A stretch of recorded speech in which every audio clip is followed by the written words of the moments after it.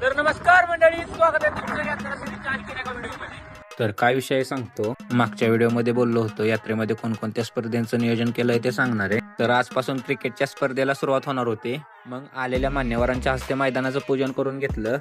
पाऊस चालू असल्यामुळे टीम थोड्याशा लेट येणार होत्या, म्हणून मठाधिपती महंत बजरंगगिरी महाराज यांच्या हस्ते टॉस उडवून लहान मुलांच्या मॅची चालू केल्या. तर ह्या क्रिकेटच्या मॅची 1 तारखेपासून ते 3 तारखेपर्यंत असणार आहेत. त्यानंतर 4 तारखेला श्वान शर्यत मैदान असणार आहे. आणि मित्रांनो, काल मी तुम्हाला श्वान शर्यतीची पहिल्या नंबरची ट्रॉफी दाखवली, पण ती ट्रॉफी कॅन्सल करून पहिल्या नंबरला ही मोठी ट्रॉफी देण्यात येणार आहे. आणि या 1 ते 15 क्रमांकाच्या पूर्ण ट्रॉफी आहेत. त्यानंतर 7 नोव्हेंबरला भव्य भजन स्पर्धा आणि कुस्त्यांचा जंगी आखाडा असणार आहे. आणि सगळ्यांच्या आवडीचा विषय म्हणजे बैलगाडी शर्यत ही 12 नोव्हेंबरला असणार आहे. तर अशा प्रकारे यात्रेमध्ये स्पर्धेचं नियोजन करण्यात आलंय.